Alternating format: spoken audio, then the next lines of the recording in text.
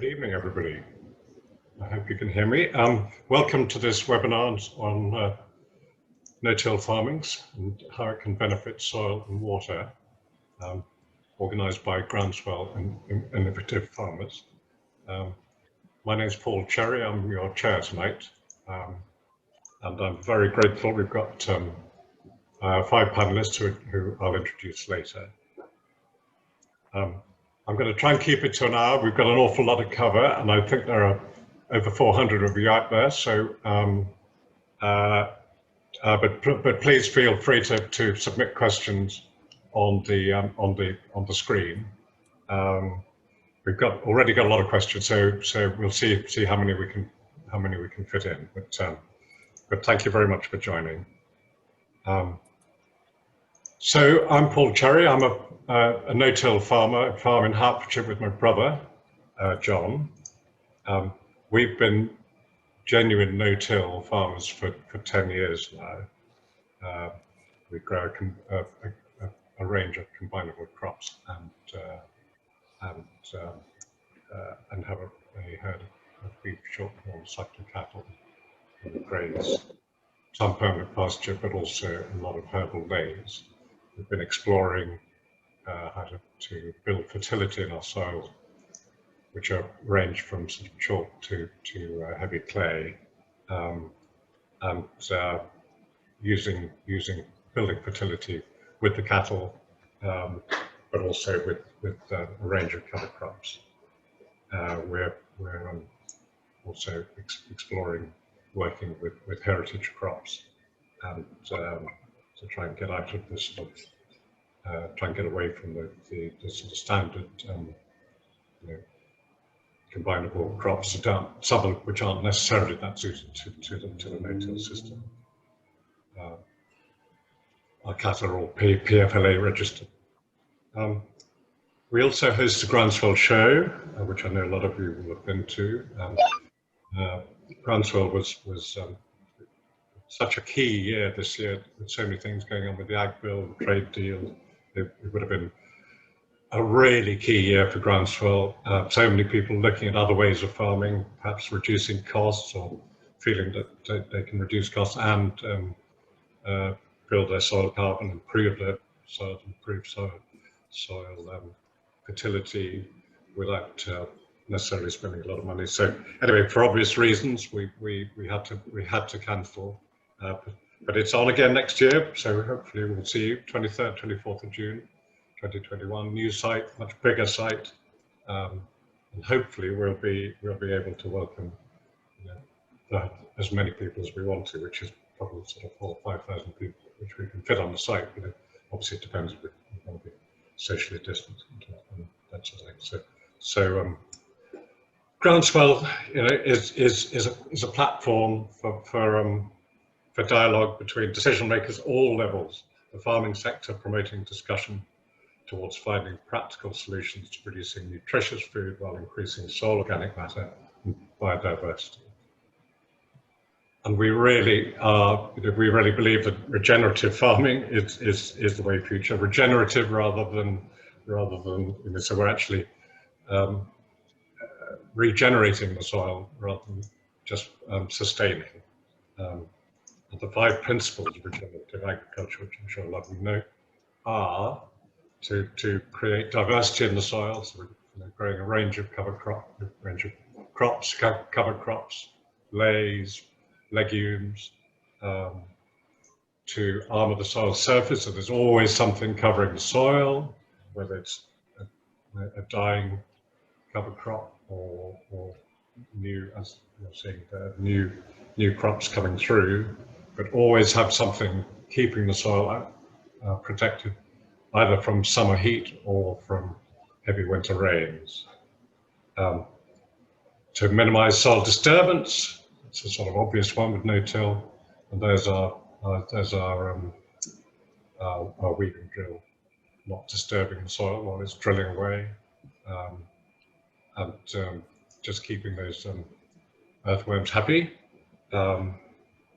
Maintaining living roots, there's a lovely cover crop, lots of linseed, clover, sandpoint in there. So really building soils with roots and keeping the soil biome busy, feeding sugars from all those plants, feeding sugars down to the soil, and keeping the soil happy. And then finally, integrating livestock. Should be a picture of a cow now, into the system. Livestock is in East Anglia sort of rather the forgotten corner of agriculture, but we are finding that if you really want to destroy grass weeds, build fertility, then a 4-year herbal lay with a herd of cattle or a load of sheep is the sort of quickest and best way of doing everything, of building those five principles all in one. There's some of our short forms on the screen, and so you've got a combination of well, they're actually grazing the 17-way herbal lay mix, which is full of legumes and grasses. Also, I could talk for ages just about that, but I think we probably ought to move on to our panelists. I really want to thank them all for their time. First up is Matthew Izod, who is a 25-year-old farmer, farming in the Cotswolds, working alongside his dad. Together they grow 500 acres of combinable crops, including milling wheat, malting barley, peas, linseed and oilseed rape. Priory Farm is situated in the Evenlode River catchment and taking part in research into no-till and cover crops with Thames water and innovative farms. The group is studying using cover crops and direct drilling along the river Evenlode to help reduce field nutrient runoff, in particular phosphorus. This farm is one of 3 running the same trial over a 5-year period and recording the results so their data can be useful for the wider farming community. Matt, over to you. Thank you, Paul. Thank you. Yeah, so I've been working with Dad now for 4 years, and I came in, even though I'm from a farming family, I wasn't really involved in the farm at a younger age. So I've come in with a very unbiased view and heard more about direct drilling and no-till and the whole regeneration agriculture. And it really got me thinking. And once we got some information from Thames Water about the no-till trial, and I really encourage farmers, when you get something and it's put in front of you, to actually give it a good read. We're very good at putting things to the side because we're too busy, and it's quite important to learn about new things, be open-minded, and I just like to thanks Thames Water for approaching us, and Innovative Farmers really for opening our eyes to something different. But so we're on year 2 now. Last year on year 1 we grew a crop of spring barley, and both parts of the trial, the tilled and no-till, they were the same. We had a better margin on the no-till list on the first year due to no cultivations, but we had it was a good promising start really. But then 2020 season started and the rain came in September, and as you can see from the picture, this was the first of 5 events we had on the field. This was only minor, the river Evenlode flowing onto the field. We had 2 occasions where the whole field was submerged with what we measured 15 inches of water at one point in the field where we could actually get to. But in this second slide, you can see this is the more common thing that we have, and we have a very low spot where the river enters the field, and it's quite compacted, and it really does start to, in the past, we've had a lot of erosion and it's created this dip in the field. So we've decided that the no-till was maybe something that we could do to help the river, because it's not in a great state, and I don't think farming has helped that. There's many other factors, but farming really, we have got a responsibility as a landowner to look after our land and keep the soil in the field. Next slide, please. So on the 14th of April, we planted a crop of blue peas, which go for human consumption. They go for crisps and snacks, and in your pea soup that you buy in the supermarket. They're a fantastic crop to grow.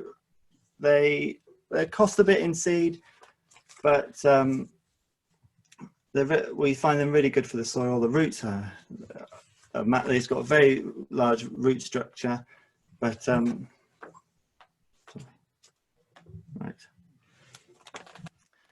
Sorry about that. Okay, so following the peas.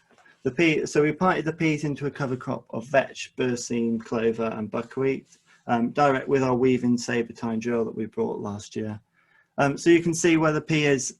It's in a nice friable bit of soil, but from the rain, we seem to have this sort of 1 to 2 inch layer of quite compacted soil, which normally we would take out with a subsoiler. But it seems to, the peas seem to cope quite well with that. And we managed to drill into it, considering it was quite hard. Next slide, please. So these are the comparisons in the field. So the one below, we'd subsoiled the far side of the field and then run a set of discs over the top, just to break the soil up and do the work that the worms do. So you can see there's a massive difference really in the height of the crop, even just from the photo. So the peas there are right up to our waist in the bottom photo, and at the top, really at your boots.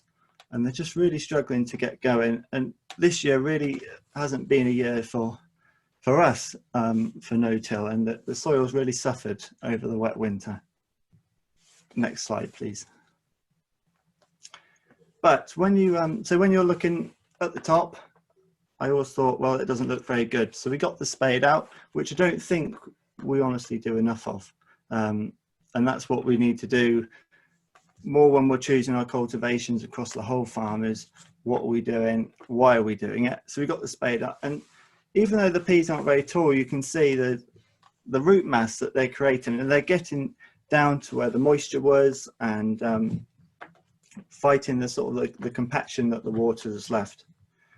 But we were quite pleased with them in the end. Next slide, please. We were quite pleased with them in the end. They did come. We managed to get them off the field after sort of a wet harvest that we've had, and but putting the figures together, it hasn't quite worked out as we meant. So as you can see, we spent the input costs. We've had 2 roundups. We've used 2 parts of glyphosate on both fields, and our seed cost per hectare is £110. Peas are quite expensive to grow in terms of seed. They're £550 a tonne, and that normally does about 4 hectares, 5 hectares if you're lucky, if you're running at a lower seed rate. But we try to aim for sometimes around 250 mark, 250 kilos. I did spend quite a lot on the cover crop of £41 a hectare. I thought that was okay until I sort of looked at it. We didn't seem to get much return. It's something that we're really finding hard in the trial to grow a successful cover crop. And I'm hoping today, just listening to some other farmers, that we'll be able to learn a little bit more about it. It's something I find it really hard to choose what we're growing that won't compete and bring disease to the farm, that sort of complements the rotation. But it's something that I think, as starting to use cover crops and direct drilling, you've got to really got to think a bit more, other than just getting the cultivator out and putting the seed in the ground. There's a lot more to it than simply putting the seed in there. I did quite like that we've used a little bit less fuel in the no-till, and it does limit the risk that you're not spending so much on fuel, because we can have some disasters in farming. So the yield, we've got 1.9 tonnes per hectare for the no-till and 2.6 for the tilled. I think the floods really affected our yield this time, and looking at the yield maps from the combine, we're really seeing that the trend with the common flooding area is really bringing down our margin. And it's something that we've really got to think about. Is it a sustainable way of farming that bit, is it sustainable to farm that piece of ground, or will no-till improve that? We are seeing, when we get the spade out, we're seeing improvements to the soil, but it's just, it takes a long time. And I think we're in that second year now where we've got to stay with it, and you've got to change your mindset. And it's the great thing about the trial that we're doing with the other farmers, because we can learn from the 3 fields every year, 3 fields instead of 1. And it really just helps that they're there to go through it as well. And if they're having a tough time, you can learn from them. So I'm hoping after 5 years, we would have learned 15 times instead of 5 times if we did it on our own. Next slide, please. So just year 3. So we've planted some mustard, some buckwheat, and some fodder radish this year, just to see if we can, slightly, just that we can get some shallow roots in, because we're going to plant this into winter wheat, and just break up that layer that looks a little bit compacted after the flooding. And we'll just see. But this year, I've only spent £12 on a cover crop, £12 per hectare. I thought let's just try something a bit cheaper, and we'll just put a few seeds down, because we're only sort of going to have a 8-week period just to catch crop to just get us over to the winter wheat. Thank you. That's everything.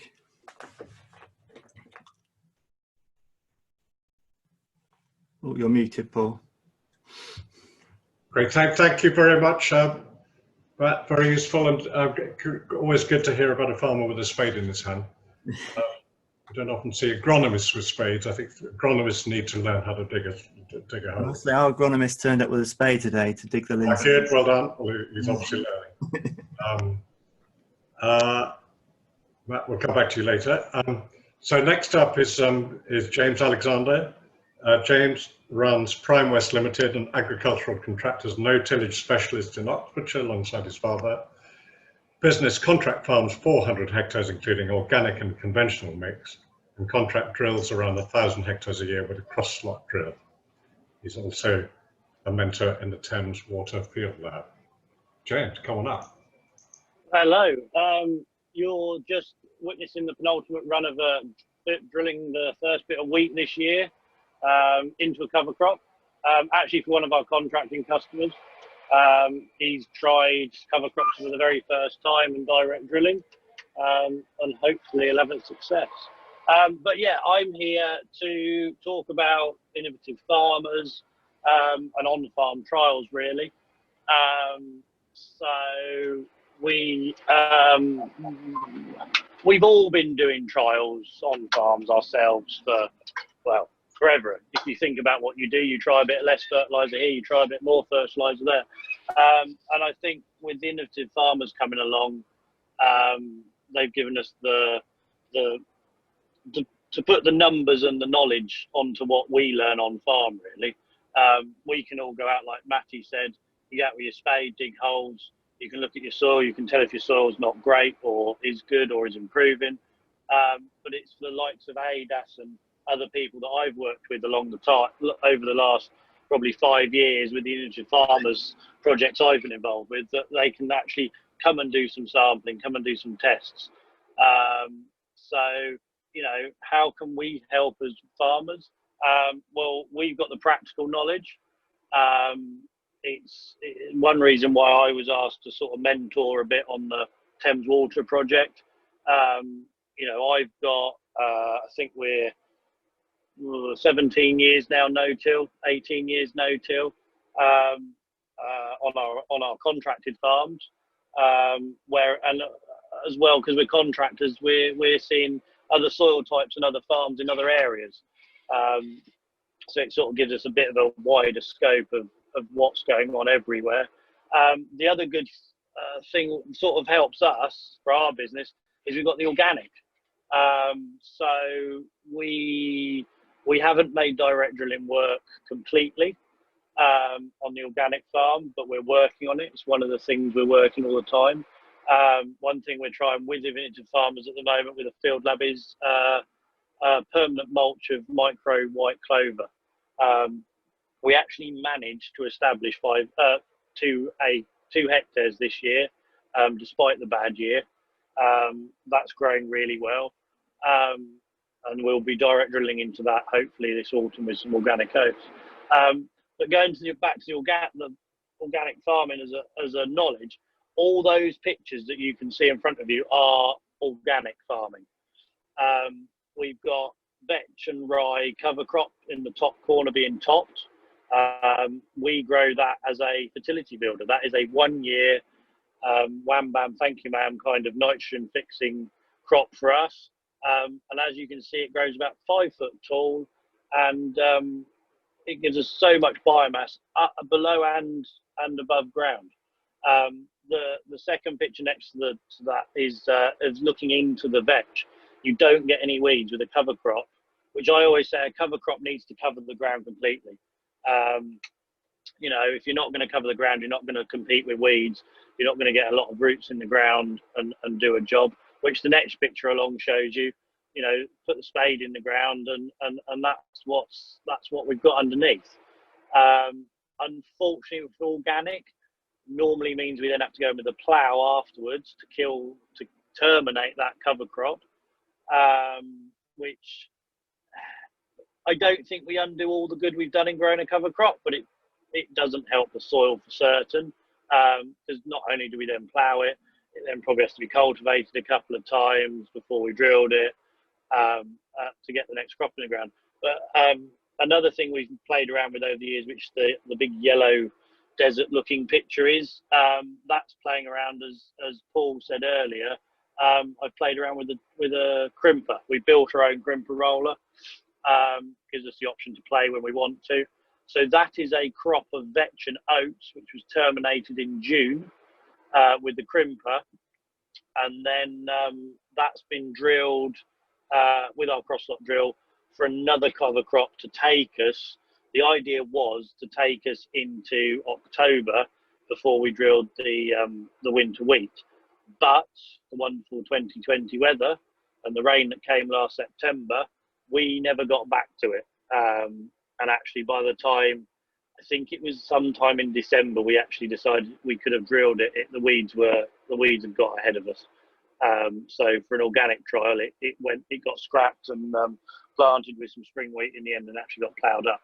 But that's farming, and that's what we try. And again, the one thing with the Affinity Farmers group, there's lots of us trying it. Again, Matty pointed at it that, you know, there's not just us doing it. There's lots and lots of other people. If you can pop to my next slide, I stuck a few, say about the crimper, our cross-lot drill. To be honest, if I didn't have an organic farm as well, that would be my machinery shed, pretty much, and a sprayer. We don't use anything else on our conventional farms, and I would never want to now, not after the 16 so years we've spent not moving the soil. I think one farm's in 20 years without the soil being moved. We only took it on 15 years ago, but it had 5 years before that of sort of fallow, and it is lovely.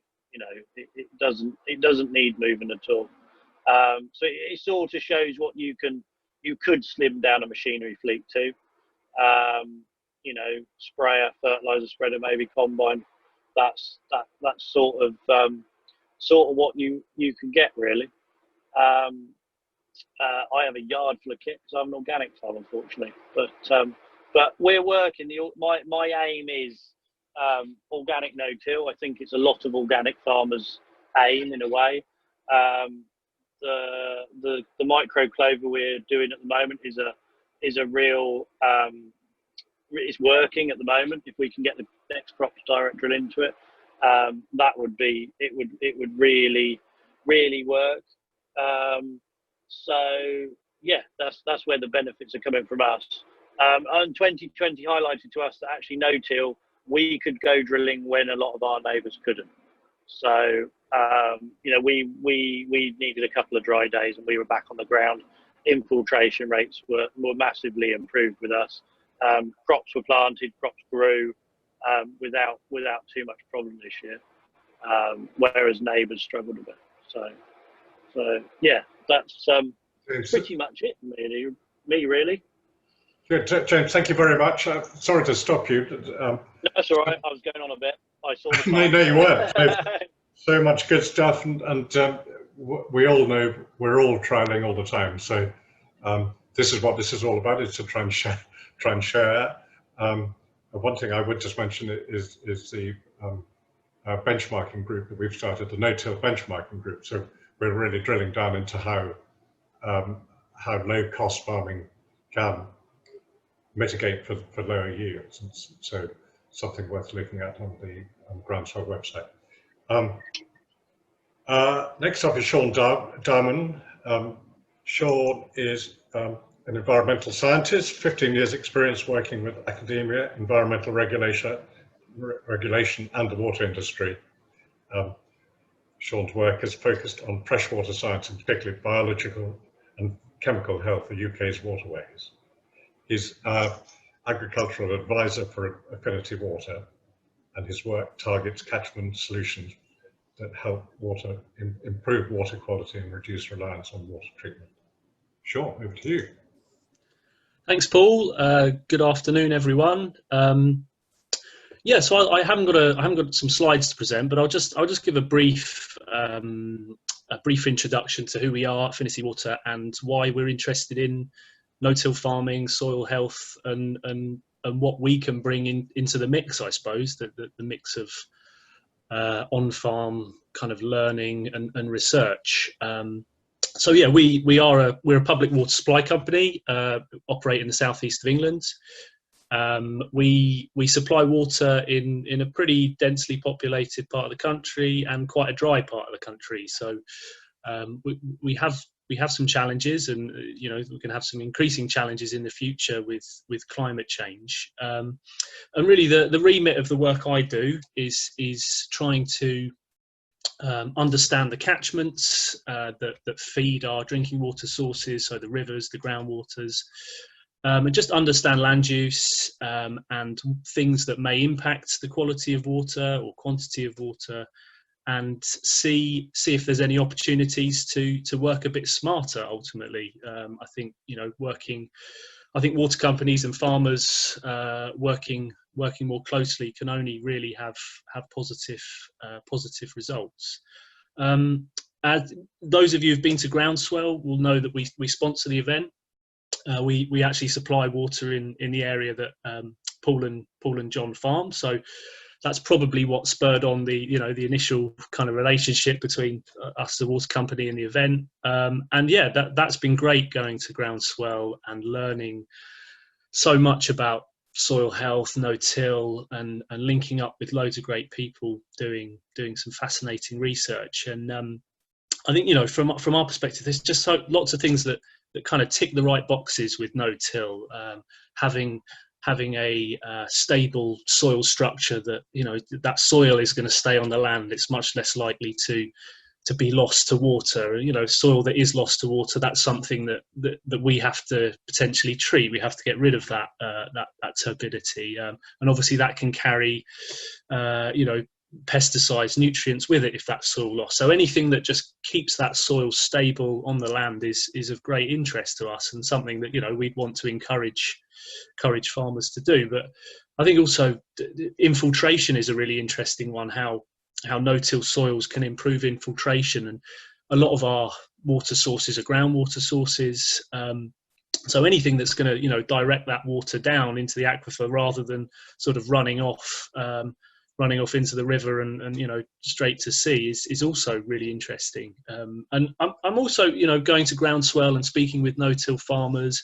I'm really impressed with the way that farmers are thinking outside the box in terms of every aspect of their farming system, but kind of maybe questioning inputs, refining inputs, thinking, well, actually, do I need to put this much nitrogen on, or do I need to use that particular pesticide? And that in itself is something that I think will benefit the water environment if less inputs, more refined inputs are being used. So yeah, there's lots of things that interest us about no-till farming.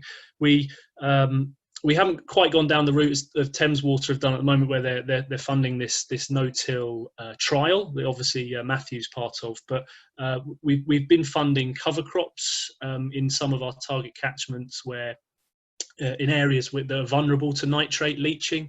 We've actually been funding farmers to grow cover crops to kind of help capture that nitrate and build soil health and provide all the other good things that cover crops do. So I think, you know, this kind of working will only increase in the future. You know, rather than us trying to solve all these problems in our treatment works by building more treatment plants and putting in more infrastructure, actually we can work smarter by working with farmers in the catchment and other land managers to sort of, yeah, just maximise some of those natural processes in the catchment. So yeah, that's all from me. Thanks, Sean. And thank you very much for your help with Groundswell. Obviously, we look forward to seeing more work from Affinity on you know, trials and cover crops and things. I think you're in a great position to be able to help in the future. Next up is Andrew Bott. Andrew is a farmer, also a Hertfordshire farmer, farms 530 hectares just by Stevenage in Hertfordshire, and is chairman of the Hertfordshire campaign for the farmed environment. Over to you, Andrew. Hi, well, I'm Andrew Bott, and my agronomist has a pink handled spade in the hope that no one will nick it. I farm next to a chalk stream called the River Bean, which has been pumped dry by Stevenage since the 50s. But about 5 years ago, Affinity Water decided to restore the river, and they've massively reduced the amount of water taken from the aquifer. So we all hope the river will return. We've been in environmental schemes for the last 20 years with a focus on protecting the river that isn't there. We've also been growing cover crops and no-tilling for the last 10 years. Our soil's much improved and the organic matter has increased, and mostly our water infiltration capacity is good. But really I feel the rate of our improvement had stalled until in the last couple of years, we stopped using insecticides and seed dressings. And that really moved the soil life on and gave us another step forward. But I still struggle with spring droughts. And in the summer, our crops burn up a bit, or in this summer, terribly. And in the autumn, our heavier soils bake out and become very hard. So last year's Groundswell was a huge inspiration on how to address this. And Charles Massey and Ellen Savory's books really opened my eyes to the water cycle and how to improve the resilience of my soil. And the other thing I've come across is John Kemp's regenerative agriculture podcasts, which are fantastic. And the last one I listened to was called The Potassium Paradox, which mainly talks about the carbon-nitrogen ratio and nitrogen in terms of no-till and conservation agriculture. And also from those podcasts, I picked up the title of a little book called The Soil Owner's Manual by John Sticker. And that's completely brilliant in explaining regenerative agriculture. And it's a short read, it only takes a couple of nights. And it's also good at explaining the carbon-nitrogen ratio of crops and the residues and how to manipulate them, which I've never really got my head around before, but this book did it for me. So having been a bit stuck, I'm now on a mission to improve our water infiltration and our water holding capacity of our soil.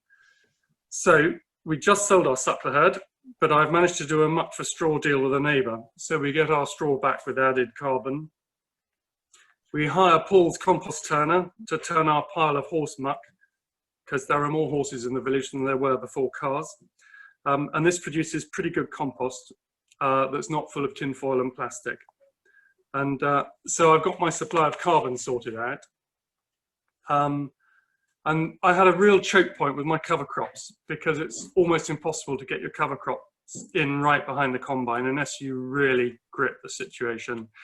So I bought a second-hand 6-meter Kuhn tine drill, which is brilliant because it's got huge capacity, doesn't need much horsepower, and particularly important, there are no pins and bushes to wear out because I spend my life rebuilding drills. And also my children can drive it. may establish the cover crops right behind the combine, which I think is vital for growing really thick, strong-rooted and weed-suppressive cover crops. Finally, I've got to work out how to manipulate the carbon-nitrogen balance of any residues or cover crops, so the fertility is released at the right time, so I don't compromise the performance of my cash crops. So in a nutshell, my aim is to soak up and hold any rainfall and not let it run off or flash flood down the river. If the river so much as rises an inch during a storm, I'll be very cross, because I want the water for my crops over the whole growing season.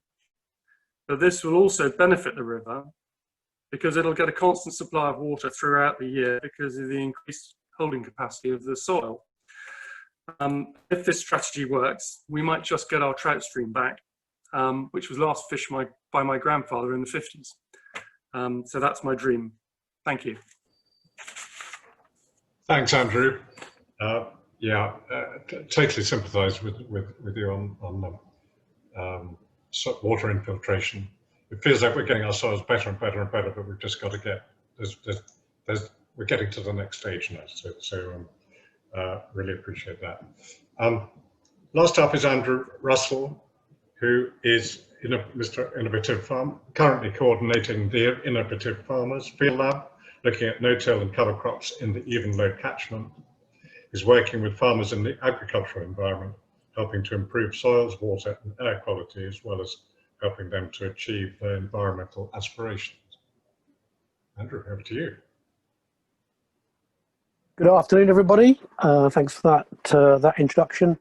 I can't take all the credit for this work on the even load catchment. I have to say that much of it was put together by my colleague Sarah Olney, who sadly died earlier this year.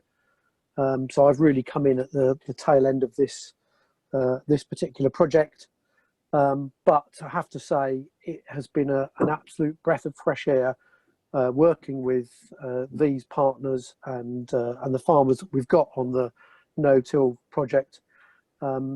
Basically because it's a really simple scheme which farmers could apply to and really take the risk out of going into or trialing some no-till. So it was a great project put together by Sarah. It's got several more years to run, and really it's about using water company resources to help farmers dip their toe really in this very new and innovative area of work. Next slide, please, Paul.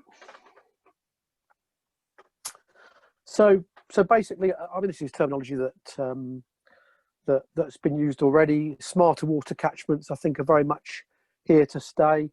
It's about working really with water companies, their resources, catchment centres farming, sort of relationships with farmers in our high priority water areas to really help the water company achieve improving raw water quality.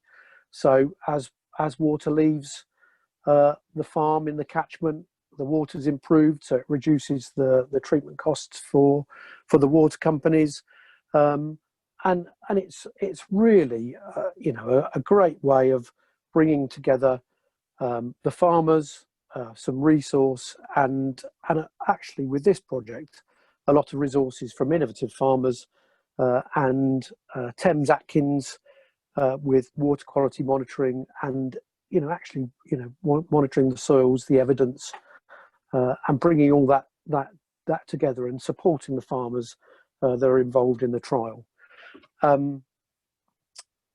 Next slide, please. So a few of these basic aims we've talked about all of these, and these really are just a few. The main aim of this project in the even load catchment is to reduce phosphorus in the river. And that is intrinsically linked to reducing soil wash and runoff. As you can see from Matthew's example, we've got some quite vulnerable fields adjacent to the river. Matthew knows that in the long term, should he really be cultivating these fields? But getting no-till on these fields is a good initial step to see if he can improve that field's resilience, reduce the runoff, and benefits for the farmers, obviously, reducing nutrient inputs over time, improving the soil structure, increasing organic matter levels, reducing establishment costs. And this project really does give farmers a bit of a helping hand with some pocket money to help them in that transition to no-till. Next slide, please. So we all know the challenges that farmers face going down the no-till, zero-till route. And Matthew has really sort of highlighted a lot of these, things like yield penalties, slug issues, glyphosate dependence, managing residues. And we know that there are lots and lots of benefits that come, but, do come after a reasonable period of time. So, reducing those costs, getting less time on the tractor, improving those soils for that long-term sustainable future that we really need, getting that efficient use of water, its infiltration and use in very, very dry seasons like the one that we've had, increasing earthworm populations and then ultimately, leading to, more stable and higher yields, which we all know it does take a while for this to happen. Next slide.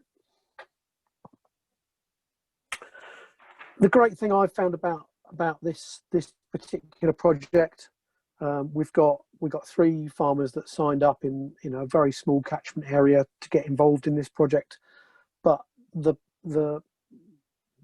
fantastic thing has been the sharing of information, the sharing of problems, the issues that have been brought upon by difficult wet winters, dry springs, slug control, and the fact that these guys have really worked together as a team to share their issues and share their knowledge, and that's been really fabulous, and that sort of continues with our ongoing monitoring and those groups where information is shared on a very regular basis. Next slide, please, Paul.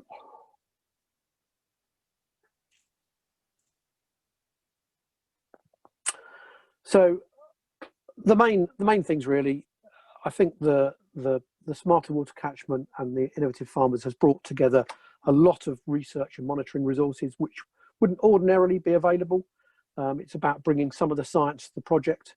The farmers are definitely learning from one another. There's some financial support from the water company to help them through the transition. And we've definitely seen some seasonal challenges. That's been very evident this year. And it's really about what we're doing now, sharing that knowledge and experience, both good and bad, through those experiences. For now and the future, I'm in Natural England. I work with farmers and use countryside stewardship as a tool to help farmers achieve their environmental goals and also improve the natural environment, both for air, water quality and biodiversity benefits. And my plea really is, at the moment, with our transition to ELMS, the new environmental land management scheme, we've seen the changes we're going to have to basic payments as those payments begin to decline. You really need to start looking very closely at countryside stewardship and its excellent range of options as a tool to work with you and help you achieve your environmental goals on the farm. Cover crops are a great option within countryside stewardship in the mid-tier and higher tier scheme. There's lots of other resource protection options which will help. But if you don't know who your local catchment sensitive farming officer is, you can click on that link to find your local contact. And we're very keen to work with you, now and in the future. As we go towards our next phase, we're looking to widen our remit, certainly to improve air quality as well. Now that's part of the remit. And as you can see, we work with a huge range of partners, but obviously working with farmers is the absolute key. We want to work with you and we want to help you achieve your environmental gains, and we want you to improve your soils as well. Andrew, thank you very much indeed. It's nice to see so many people are on that list at the end. This is no longer sort of niche farming. There's an awful lot of good work being done, and I think everybody's seeing no-till as a real sort of farming now, and a benefit to the land. And so we can only thank you for all your help. Now we're going to struggle to we're 3/4 an hour in, and we're going to struggle to get many questions in. But I'll start with one, probably for Matt. What were and are the biggest challenges you face in making the change, and what would you do differently if starting again? I think that the main real barrier to starting is your mind. I think it's what I was when I first started on the farm. You get the plough out and you get the power harrow and you put the seed in. And it's just the mindset of leaving it as it is and letting sort of nature take over again. I don't think I'd do anything different. I'd do a lot more research than I already did, and I'd speak to other farmers sooner, so you can sort of learn from their mistakes as you go. But I think honestly, you have to just go with it, and you know your own farm. I think that's you know your own farm, and you've got to change your mind and just go with it and see how it goes. It is a risk, but it's worth taking, I think. Good answer. Yes, I think yeah, be quite obsessive about it as well. Don't cut corners. Andrew Bott, when did you stop using seed treatments? Why did you do that? Are you adding anything at drilling? So nowadays you can my on that. I think the idea of putting a fungicide around your seed and expecting mycorrhizal funguses to come and talk to it doesn't kind of make sense, particularly as you can go off to NIAB and have your seed tested. So when they'll tell you whether you need a dressing or not, and if you don't, well, why on earth would you put one on? That's my thinking behind it. It's as simple as that. So we put a manganese dressing on because we're on chalk and all that sort of stuff gets locked up. And in the spring, if we're pushing it a bit, we put some phosphate down the slot of the drill. But I think if your seeds fail the test, well, then you go and find some seeds that pass the test. I think fungicide on your seed and insecticide deter. I mean, that must be madness too. It'll upset all the little bugs and beasties in the soil that you want helping you. That's where I'm coming from with that. Does anyone else have anything to add to that? Well, I was just going to jump in, Paul. We obviously organically don't use any seed dressings and never have done. And it all comes out the ground fine. Like Andrew said, if you get it tested properly, it'll be all right. Yes, we have to, hope to home save a lot. And if it doesn't make the grade, it gets put back in the shed and go and find somewhere else. So, and we've been doing the same with our conventional wheat for a long time. And I think last year, a lot of people with the 2020 autumn may have found out that actually seed dressings don't do a lot because a lot of it came straight out the shed and put in a drill because people needed more seeds. So no, I think fungicides round seed and insecticides in general out the spread don't need to be used. Thank you. I've got one for Andrew Russell here. Do you think the blueprint for this project could translate to other funding sources so farmers not in catchment sensitive areas could benefit? Yes, I think absolutely. Water companies are looking at this approach much more widely. The smarter water catchment in the even load has attracted some more funding, which is going to be rolled out and delivered by the local catchment partnership. And indeed, in the southeast region, we haven't got a huge amount of high priority water areas, and we work with several other water companies in the southeast who are funding catchment officers, and we're out on the ground giving similar advice, on these very subjects. So I think that is set to continue. Thank you. I'm getting a lot of questions about glyphosate. Obviously, no-till and glyphosate pretty much go hand in hand at the moment. Does anybody have any experience of trying to particularly possibly James, with organic no-till? I mean, organic no-till is the sort of holy grail, but glyphosate is very much on the banning agenda. Can I throw this out to anybody? Well, yeah, organic no-till is probably the pinnacle, I guess, some people might say, of farming. I think we can make it work. There's a lot to find out, but learning from both the organic and conventional, it helps, speeds the process up. And there's more of us in the country trying to do silly things with cover crops and things.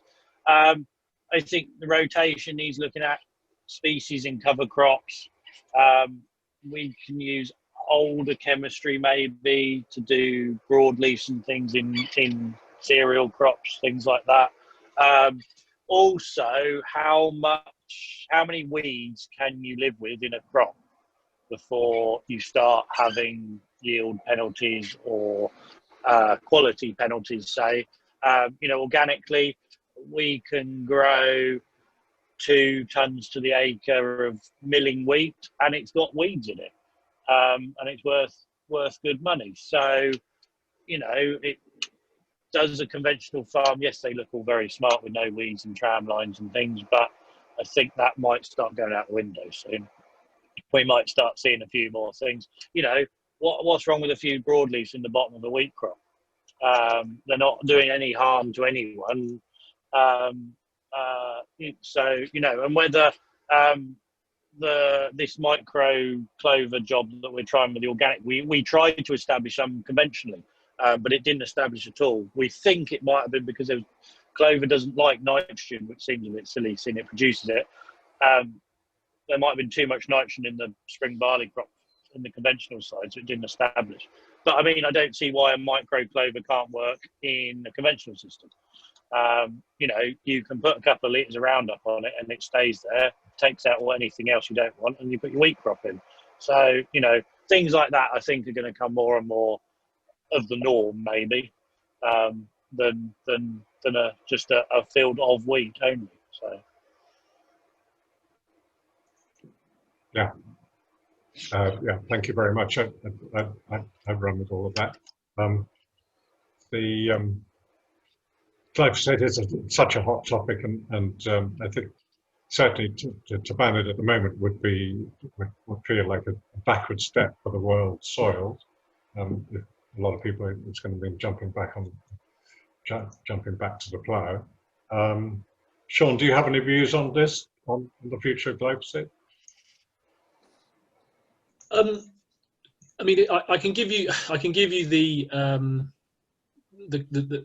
water perspective on it in terms of the impact it has on us, on the water industry at the moment. And I mean, it is something that we obviously do a lot of monitoring of our watercourses and our abstraction points, and it is something that does crop up in water. So it's clearly lost from farmland and other uses. It's obviously commonly used in urban areas as well, at very trace levels, I might add. But it's it is a very treatable pesticide. So we can treat it fully with our treatment processes. As opposed to, say, metaldehyde, which is obviously we all know about, was something that we couldn't really treat very effectively at scale in water. So obviously we put a lot of effort into trying to deal with catchment solutions around that. So yeah, it's not really on our radar in terms of being a problem for drinking water supply. I realise the topic is much greater than that, and I'm kind of sitting on the fence a little bit. But obviously, it has to be led by the regulatory process, I suppose. You know, but I understand it's obviously at the moment very important herbicide to maintain no-till farming. So it's going to be challenging, yeah. Yeah, that's the word. Great, thanks, Sean. I've got one here, which is one matter on my mind. The NFU claim that if we move UK Ag to net carbon zero by 2040, we increase our soil organic matter level by 1% through a variety of mechanisms, including no-till. What does that roughly equate to in terms of carbon capture, please? Well, quite a difficult question to answer. But crucially, the next question, and how does this compare with planting trees? I'm going to use my chairman's prerogative here and say, planting trees is a lovely way of looking as though you're capturing a lot of carbon, whereas hiding it away in soil may possibly look less dramatic, but it's certainly just as effective, and you get to grow food on the soil, which can be quite hard when you've got trees all over it. I think it falls on all of us to try and discourage this sort of mad thing of just everybody, governments and companies, everyone trying to sort of offset their carbon guilt by planting trees. I think we need to sort of publicise what we can do,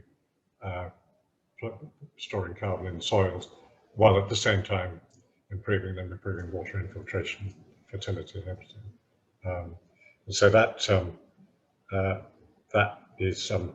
Sorry, I'm afraid I'll answer that question myself. Does anyone have anybody else? Oh no, incidentally, one of our speakers at Groundswell reckoned that a half a percent increase in soil organic matter across the globe would sort the carbon problem. I mean, that's a pretty brave thing to say, but it may well be true. Does anybody have anything to add to that? Obviously not. I think you've covered it, Paul. Right, thanks, John. Another one, probably more back to what experience do people have of no-till spring or winter barley? Are there older varieties people use which haven't been bred to be spoon-fed and are better scavengers as a result? Andrew, I rather fancied myself as the multi-barley grower.